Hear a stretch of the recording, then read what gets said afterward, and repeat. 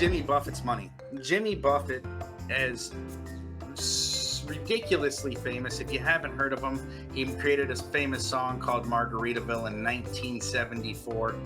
It ended up not even being a number one hit, but it catapulted this guy to being one of the wealthiest people in the world. Jimmy Buffett was one of 2,543 richest men in the world. He was worth $1 billion, and all of his fame and success came from his famous song, Margaritaville. If you haven't heard it, take a chance, look it up, go see if you can find it on YouTube or on a different streaming platform. Wasted away again in Margaritaville.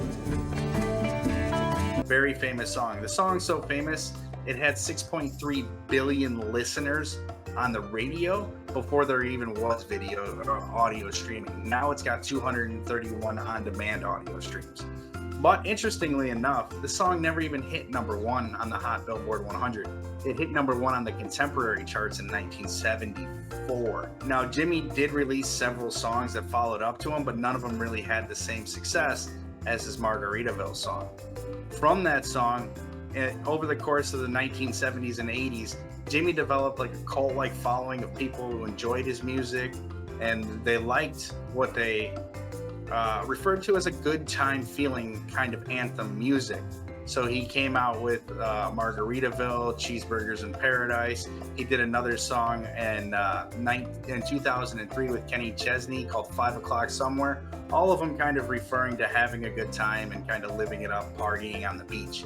Now, out of that, in 1985, he decided with his manager that he was going to kind of kick it up a notch and not just make music, because his music was no longer hitting the Hot Billboard or anything.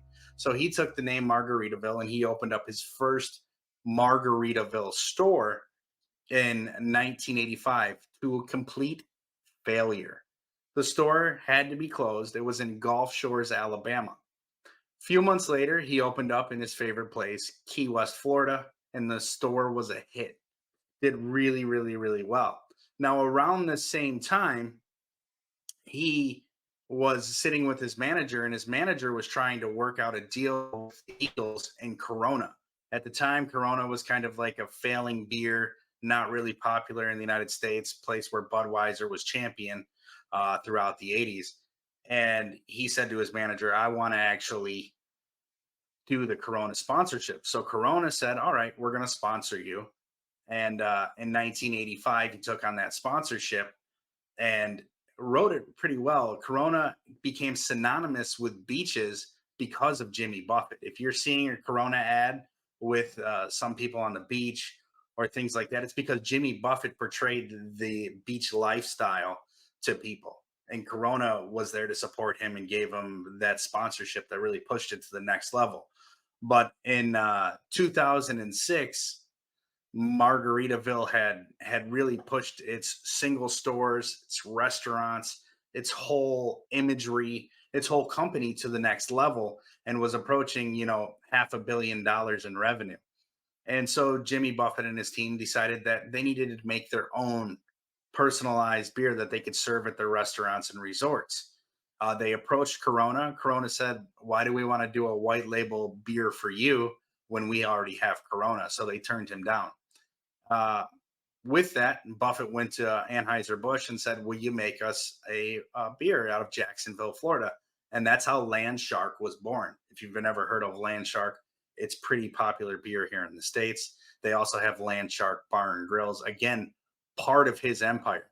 Now, he didn't really start growing his empire too large with the food and beverage industry until about 2002, when he partnered with Outback Steakhouse to do Cheeseburger in Paradise. Now, Cheeseburger in Paradise, if you ever went there, it's kind of mediocre with the food, to be honest. I went to a couple of different ones, wasn't really impressed. And to be honest, I'm not really impressed with the Margaritaville food that I've had either. But the Cheeseburger in Paradise grew from 2002 to 2013 to 23 locations in 14 states. At that point, they decided to try to liquidate it, and it got a little bit different. Now, the interesting thing is that when this is all going down, Buffett comes out with Buffett World. As you can see here, Buffett World is this whole conglomerate based around Margaritaville. And what Jimmy Buffett created was really an empire of entertainment based around having a good time on the beach, drinking, and engaging in live music. And really, his legacy's lived on through that. And there's a lot of different other things that have come about because of it. But the Cheeseburger in Paradise is actually shut down. They liquidated everything in 2020. They closed their last store. Now there's also Margaritaville cruise stuff. There's Margaritaville places in airports. I think there's about 10 different locations throughout airports in the United States where you can go in to a bar, a restaurant, have a drink, buy some merchandise, and spend a little bit of time while you're waiting for your flight or getting off of your last flight. So there's a lot of different avenues that he took to be successful. And it really started in 1985. And now he leaves on a legacy to his children and to everything he stood for, which was pretty much just feel good, have a good time. There's other interesting things like there's lots of festivals all over the United States that have come up over the last 20 years to help kind of celebrate Jimmy Buffett and his whole uh, appearance, imagery, and who he was. So there's one festival in a place called Caseville, Michigan, and it's called Cheeseburger. I mean, I think 10,000 people show up to this little podunk town in northern Michigan every year just to celebrate Jimmy Buffett songs and again that feel good theme. So out of one guy creating a hot Billboard Top 100, it was top 10. It got to number 8.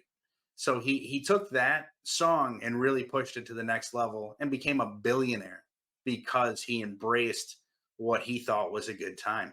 And people love it. He's got his group of following people. Parrotheads is what they're called. And now that's kind of how Jimmy Buffett became who he was. He's admired by several people. More or less, the business world thinks of him as an entrepreneur rather than a musician. And I think he would like to think of himself as a musician who just got lucky.